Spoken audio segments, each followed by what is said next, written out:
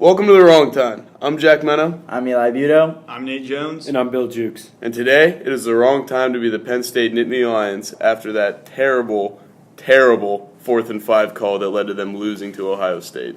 After 3 timeouts, too. You gotta come up with a better play call than that. I think he was just trying to outsmart them, but by doing that, he really didn't. Not only was it a stupid play call, but they were not running the ball successfully on just straight-up handoffs the whole game. It'd be one thing if Miles Sanders was averaging like 4 yards per carry. I think he averaged 2 yards per carry. It's just our O-line after got a game no push. that Trace McSorley was having, both on like him running and him throwing, like you had to come up with something better than a run right up the middle. Yeah, Trace McSorley set the record for most total yards in a Penn State game. He played like a beast, but that doesn't stop the fact that was a terrible play call.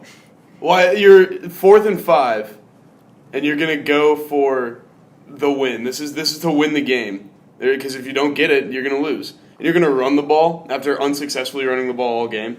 It was a terrible call. It's not Saquon you have back there anymore. Who's not gonna He's not gonna barrel through no one everybody. else in the world is like Saquon. Right. So you gotta know who you have back there, and if it's not working the whole game, why do it? Yeah, they were at the 43-yard line. All they needed was a field goal to win the game, and they stall there. They had to go for it on 4th and 5, but not a good play call at all. And them losing bumped them down extremely far. Not 2-11, but in the college football playoff percentages, they aren't going to make it. I mean, after they have a chance. They need some luck. They need a lot of chaos to happen. They need to win out. They need to win out, and they need everybody to lose a lot of games. They need the Pac-12 to be done, which the Pac-12 isn't looking very good. I don't think anybody from the Pac-12 is going to get in.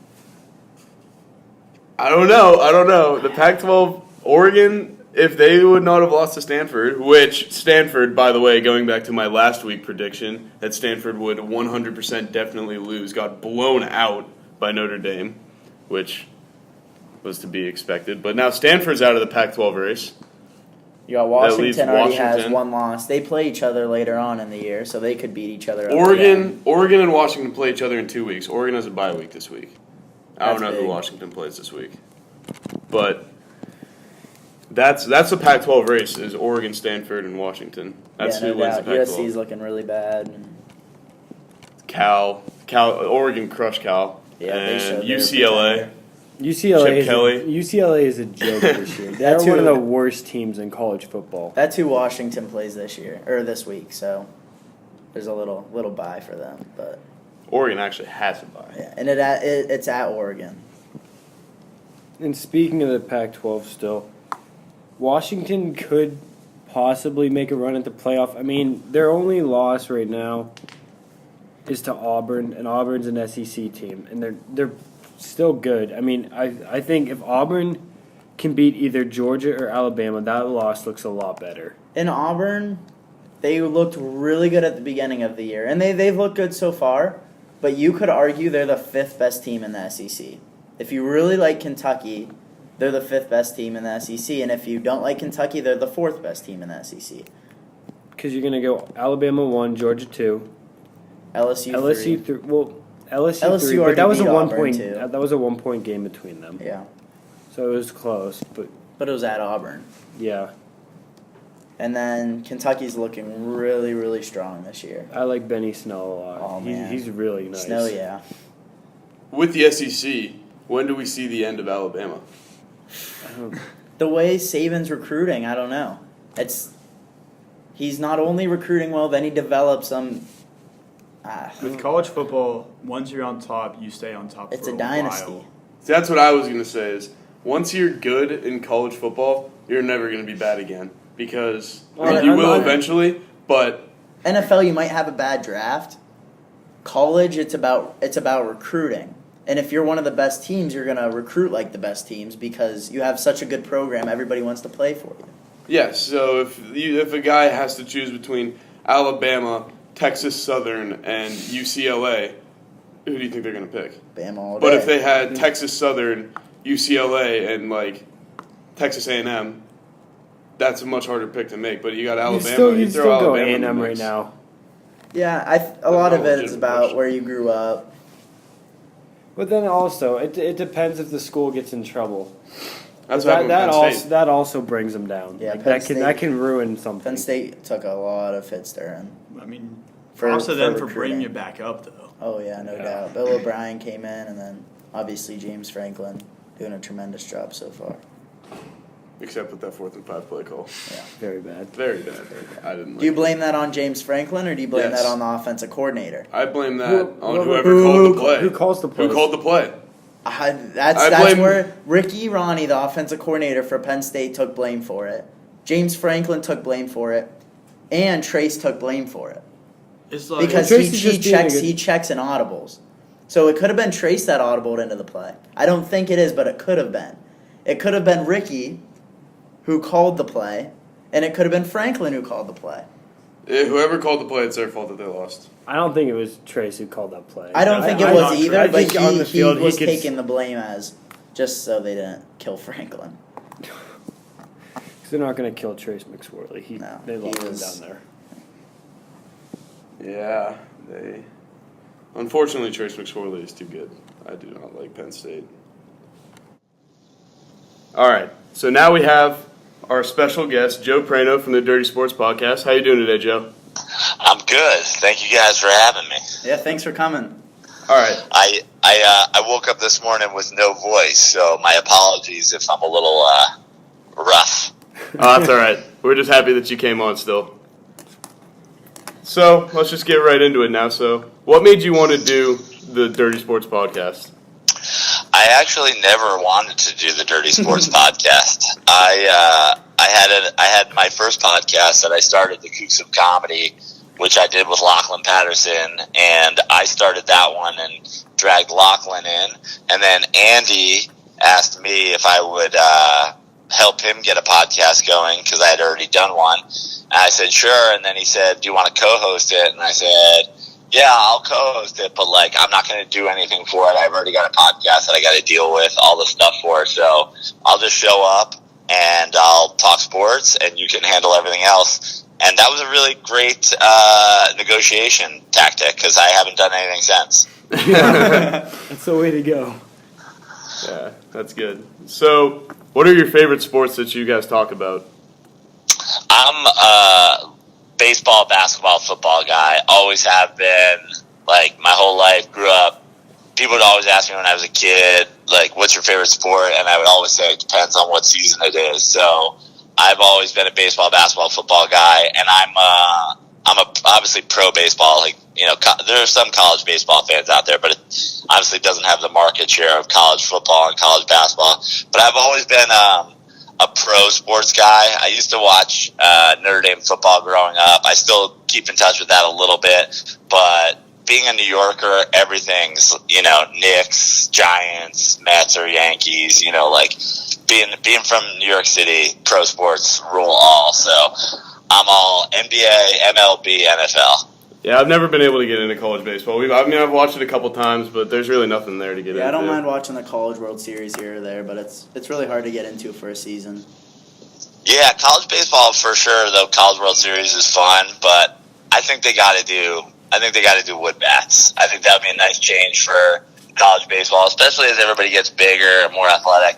We are not long from, pitchers or a third baseman dying from a batted ball. So just go to wood.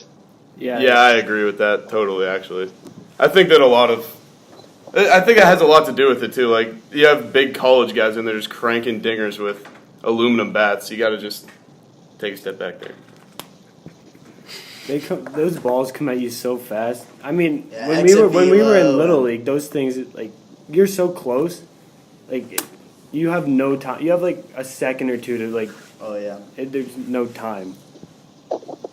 Yeah, that's why a lot of a lot of the pitchers that dominate college baseball end up going on to be great pitchers because they'll pitch guys in college baseball and guys will hit home runs off the handle and people are like, oh, he had a rough outing that game. They go to the big leagues and they're just sawing guys off. It's a totally different game, and I just think basically, being in Little League is one thing.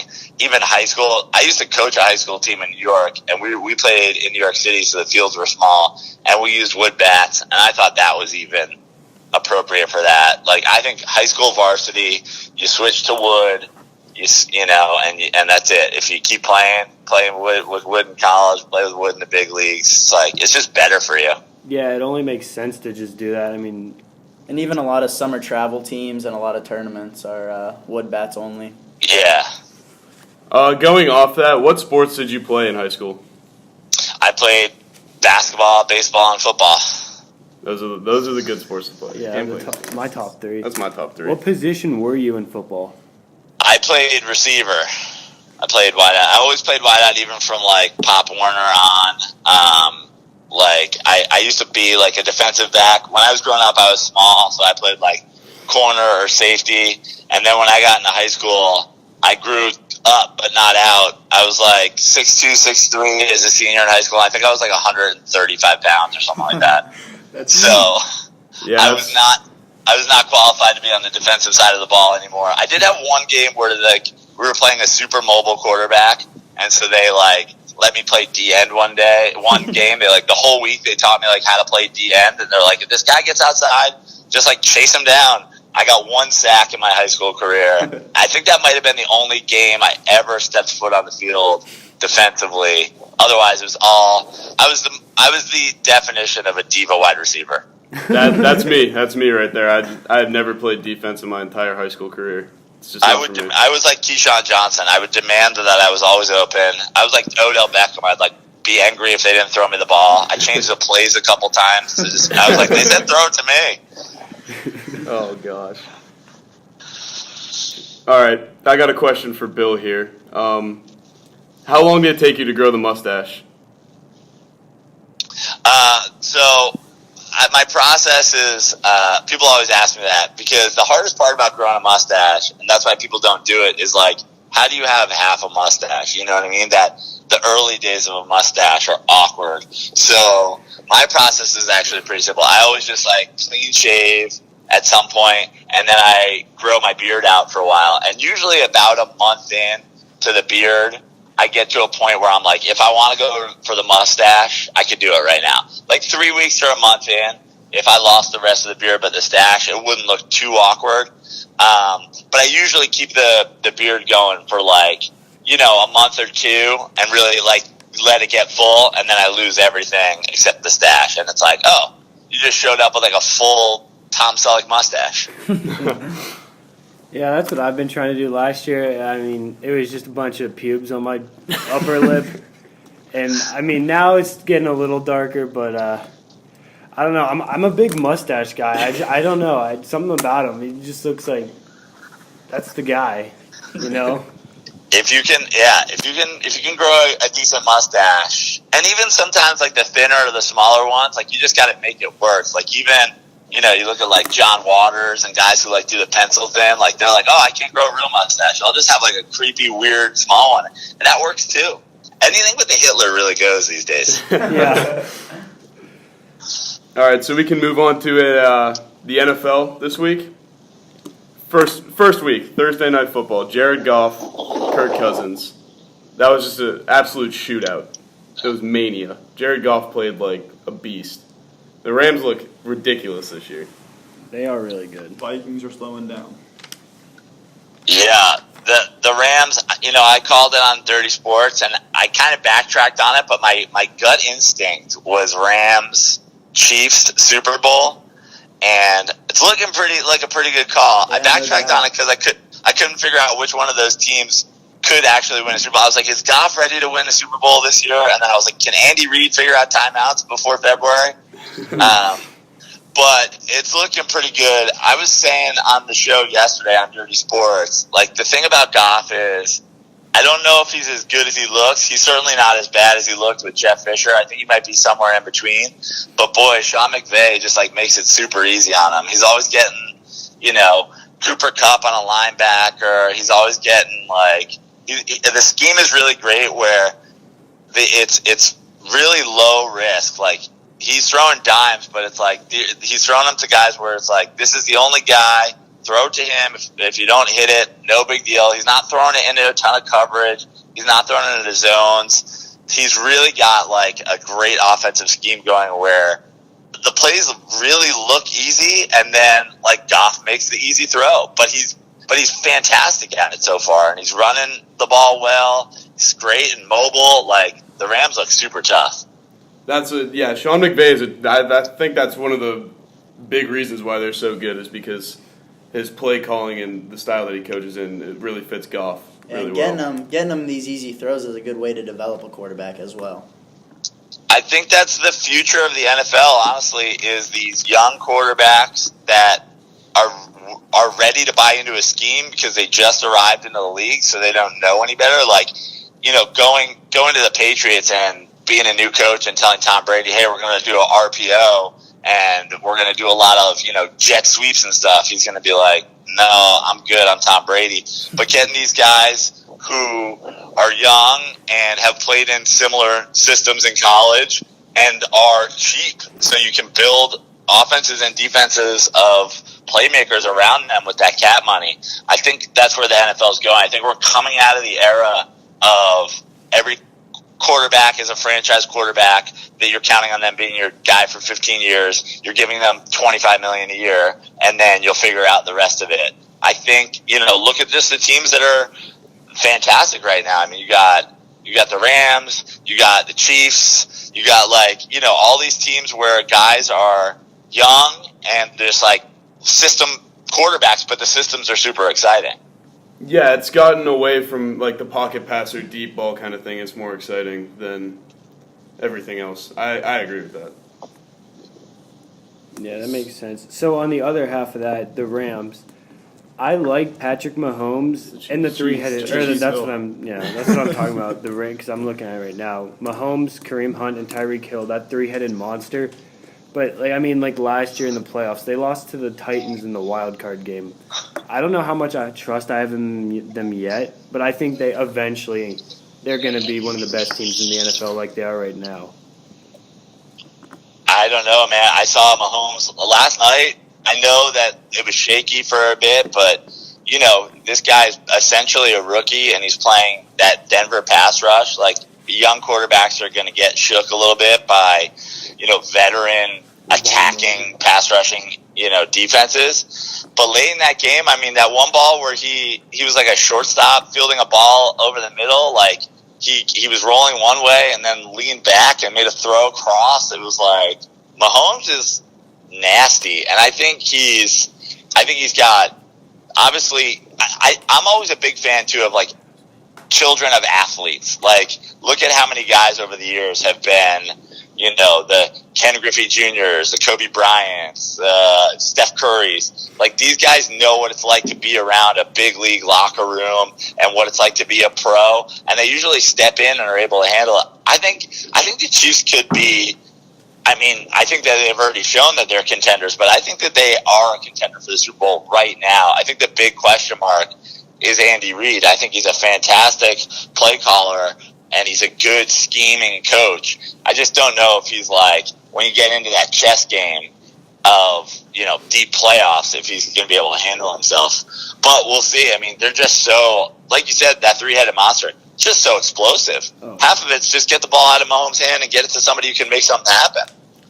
Yeah, those two, Hunt and Hill, they're just insane. And you got Kelsey in the red zone, too. Yeah, big tight end. Kareem Hunt is so fast, too. He's just as soon as he breaks out, there's no way anyone's catching him.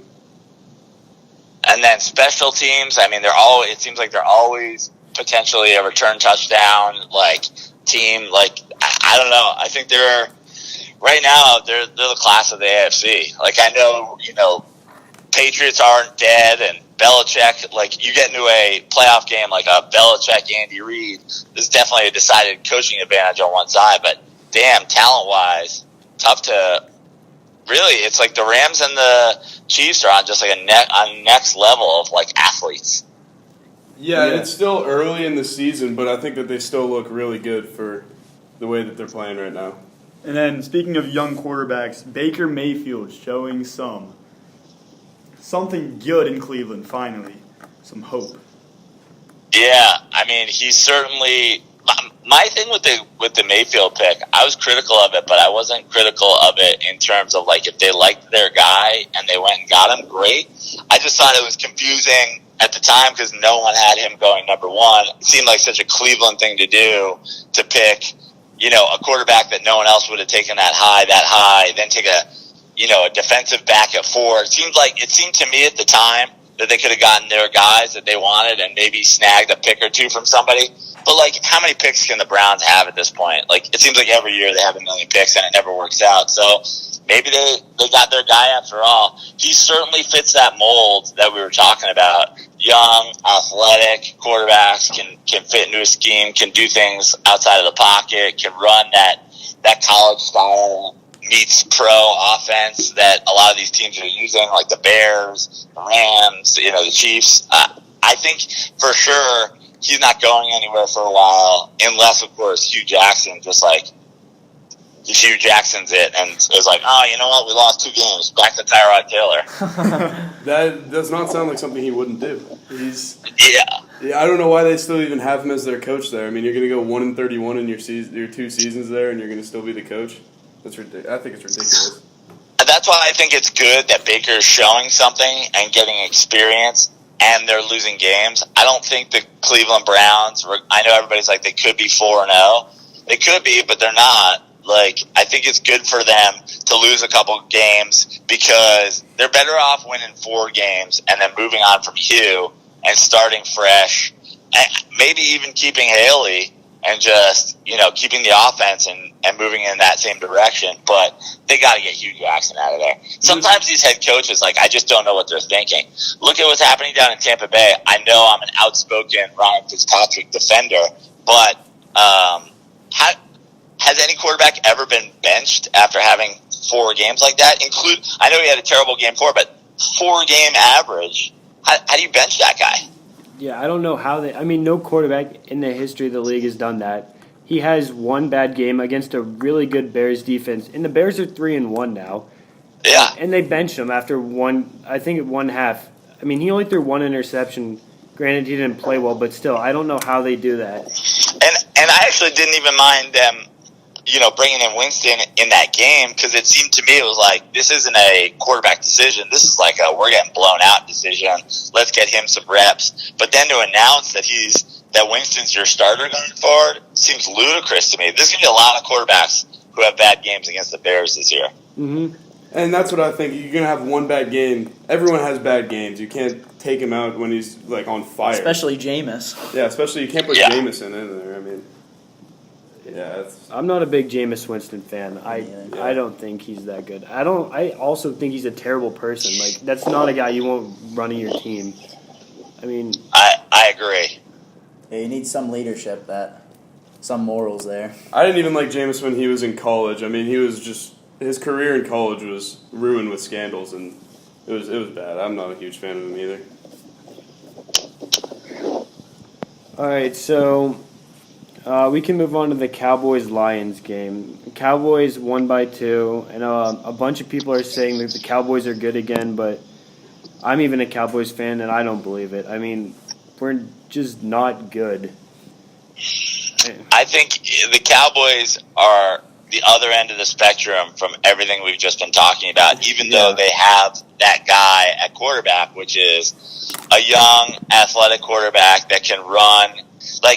Dak Prescott, I don't think Dak Prescott's terrible. I think Dak Prescott, I'm not saying he could be doing what Mahomes is doing, but he could be doing something, along the same lines in an offense that had better use of his ability. Right now, he's a hand the ball off to Zeke guy, and he's not ever going to become more than that if that's a strategy. Their offense, to me, just seems so vanilla. Their defense, to me, seems like it's lacking playmakers. I think Zeke, and even with the injuries, I think the offensive line as a unit is still good enough where you have a great running back and a great straightforward, offense. You're going to be able to beat bad teams, and you're going to lose to good teams. And I think, to me, that makes for a 6-10 Cowboys team. Yeah, I mean, too. speaking of that, Zeke was an absolute monster. He led the team in receiving yards. That just shows how bad our wide receiving core is. Like, if your running back's leading the receiving yards, they have to do something. Like, letting Dez go, I think, was a big mistake.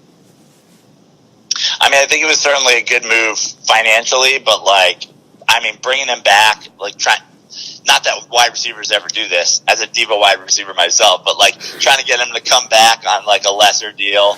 But the idea that they didn't replace him with anything, yeah. Then you went and got Tavon Austin, who's a perfect fit for a crazy spread out fun offense, and you're running, like you said, Zeke's leading the team in receptions. That's a Jason Garrett problem and a Detroit Lions problem. The Lions are just historically completely lost.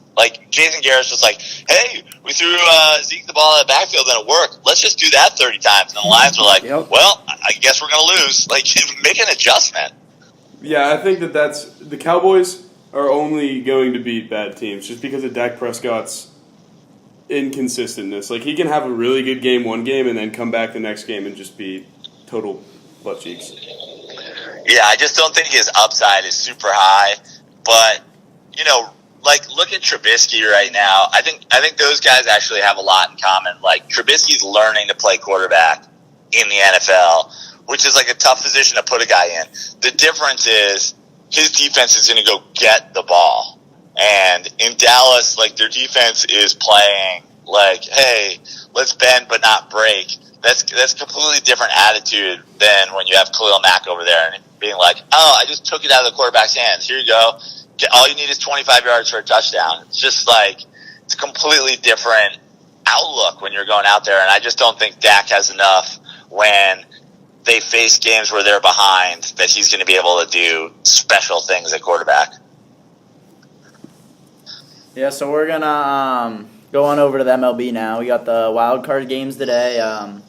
You mentioned you're from New York. The Yankees play the A's. The Yankees, they just announced Severino as the starter about a half an hour ago. What do you think of that game tonight? Tomorrow night. I'm a Mets fan, so I'll be rooting heavily for the Oakland A's.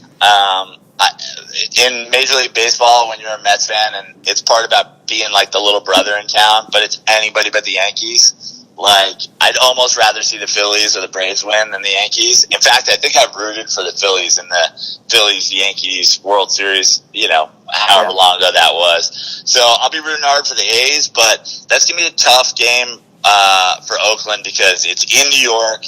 Severino's going to be tough. They're going to have the crowd.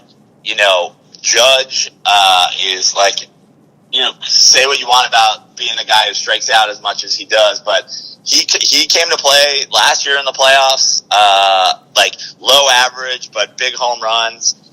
In a one-game playoff, I feel like it's gonna be a big hit by a judge or a bloop and a bomb is tough to overcome when you're playing a one game for everything. So it'll be tough, but man, Oakland's just a grinder. I don't know how they do it. I don't know how they do it on $66 million payroll. I don't know where they find these guys. I don't know how they turn some of these guys around. Chris Davis was basically almost out of baseball, and now is a potential MVP. Oakland's fascinating, but it just seems like every year this is Oakland, Mm-hmm. or every few years they get there. People can't believe it. They don't win a series at least. So I'll be rooting for Oakland, but it's going to be tough. And then on the other side in the National League, you got the Cubs and the Rockies. The Cubs offense just looked terrible yesterday against the Brewers, against really a mediocre pitch, or their pitching performance for the Brewers looked really good, but there wasn't anybody big for the Brewers because they were trying to save that bullpen just in case for the wild card game. What do you think of the game tonight between the Cubs and the Rockies? I think that the Rockies have a bad taste in their mouth. I think they really felt like they were about to steal that division from the Dodgers, and then they go to LA, and now they've got to play a wild card game. I think the travel is going to be tough. They've been bouncing around everywhere. I think they went. I forget if they were playing the Phillies at home or on the road, but they went whether it was Colorado or Philly to LA and then to Chicago, it's a lot of travel. But the one thing that I'll say is the Rockies are always built to be a hitting ball club. Chicago in October with the wind, I think it could be an offensive explosion for the Rockies in Wrigley. A lot of teams come into Chicago and hit more than they usually do. Hard to hit more than the Rockies, but I like the Rockies in that game. I don't know who's pitching for either of them. That could be a factor, but I'm going to take Colorado. All right, back to the AL. The Stros are looking really, really hot right now. They face the Indians, who ran away with a really, really bad AL Central. What do you think of that series? You know what? I think, like you said, they ran away with a bad AL Central. At first, I was like, the Indians are not for real. They're just going to win and they're going to get in. But the Indians are going to be tough with Kluber and Bauer, and I think Francona is one of, if not the best managers in baseball. But dude, the Astros are just too good. I've been on the Astros train for a few years now, and I didn't blink when they weren't, the best team in baseball. Everybody's talking about the Red Sox. Oh, look, they're on pace to win all this game. It's like, when all said and done, the Astros are still the champs. They added pitching. Even the guys on their team like Correa, who had an off year, it's like he could show up in the playoffs and be their best player. I just think they're too stacked, and I'm on the Astros train hard. I think the Astros go back to the World Series. Yeah, so that means that whoever wins the Yankees A's is going to have to face Boston. Who do you think has a better chance to beat them? I think the Yankees have a better chance to beat them simply because of Yankees Red Sox. Yeah. Like Oakland Red Sox, like that's Oakland Red Sox is almost the David versus Goliath, Mm-hmm. The biggest spending team in baseball versus the least spending team. But so much passion comes into Yankees Red Sox. Like when the Red Sox go to Yankee Stadium, it's going to be like ludicrous, and vice versa. And I think just so much emotion that takes a toll on, less experienced guys, younger dudes, guys who haven't had playoff experience. I think the emotion of a series between those two teams just factors in so much like emotional baggage that it's anything goes. Oh, yeah. And then, by the time whoever wins that series, they're going to be so worn out from just everything. Then, and then the Astros are just, I think they're going to be, like you said, be able to beat the Indians. And then they're just going to have their way with whoever wins. They're going to be so drained from that prior series, and it won't, I don't know. Yeah, I like the matchup, not to get ahead of ourselves, but I like the matchup of an Astros sort of hitting team in Yankee Stadium or in Fenway. I don't think that's something that hurts them at all. They've got guys who can hit the ball all over the yard, so I'm still on the Astros train. Yeah. It's hard Watch them lose to the Indians, and you guys will be like, who is this dude? So you got the Astros in the AL. Who you liking in the NL? The NL is so crazy for me. Even before the year started, I was like, I have no idea who I'm picking out of the NL. I said before the year started, I took the Cardinals out of the NL because I was like, they just haven't been there in a while, and I can't think of a team that really impresses me all that much. Mostly from the starting pitching. The Dodgers starting pitching, the way Buehler pitched yesterday, has really kind of come around. But I think, first and foremost, you need Kershaw to be Clayton Kershaw, Cy Young winner Clayton Kershaw, which he hasn't always been in the playoffs anyway. So, I don't know. The National League, there's no team that I really, really love. So, I'm going to go with the Brewers just because of the bullpen. And I think for all of these teams, starting pitching is sort of a question mark. I just don't love anybody. No one has that one or two guys where you're like, well, that's it, lights out. Good luck against those two guys. And therefore, it comes down to the bullpens. I'm going to take the best bullpen. I'm going to take the Brewers. All right, so with your favorites from the AL and NL, who do you have in the World Series and who do you have winning the World Series? I'm going Astros over Brewers. How many games you think? I think no matter what, the World Series would be a good series. I'm gonna go Astros over Brewers in 6. 6. All right, and then kind of a tough one. Who do you think's gonna win the World Series MVP? Woo! World Series MVP. Man, that is tough. I think it'll be. Let's go Verlander. Verlander. I mean, if you win the World Series, usually you get a couple good starts from your ace. They got a few aces right now. It could just as easily be Cole. Yeah, I'm gonna go Cole. Cole. All right. All right, so unfortunately we are running out of time, but I just want to say thank you again for calling us and having us on here. Yeah, thank you guys for wanting to have me on. It's an honor when people reach out and say they're a fan, they value the opinion. So good luck with the show. I hope it's successful. Make sure you tag me and everything. I'll be sure to share it, and we get some of the Dirty Sports fans listening. All right. Thank you very much. You guys got it. Have a great day. Thank you for tuning in this week. Make sure you follow us on Twitter @_TheWrongTime, link in the description. Make sure you like and subscribe to us on Apple Podcasts as well. I'm Jack Meno. I'm Nate Jones. I'm Eli Buto. And I'm Bill Jukes. And this has been The Wrong Time.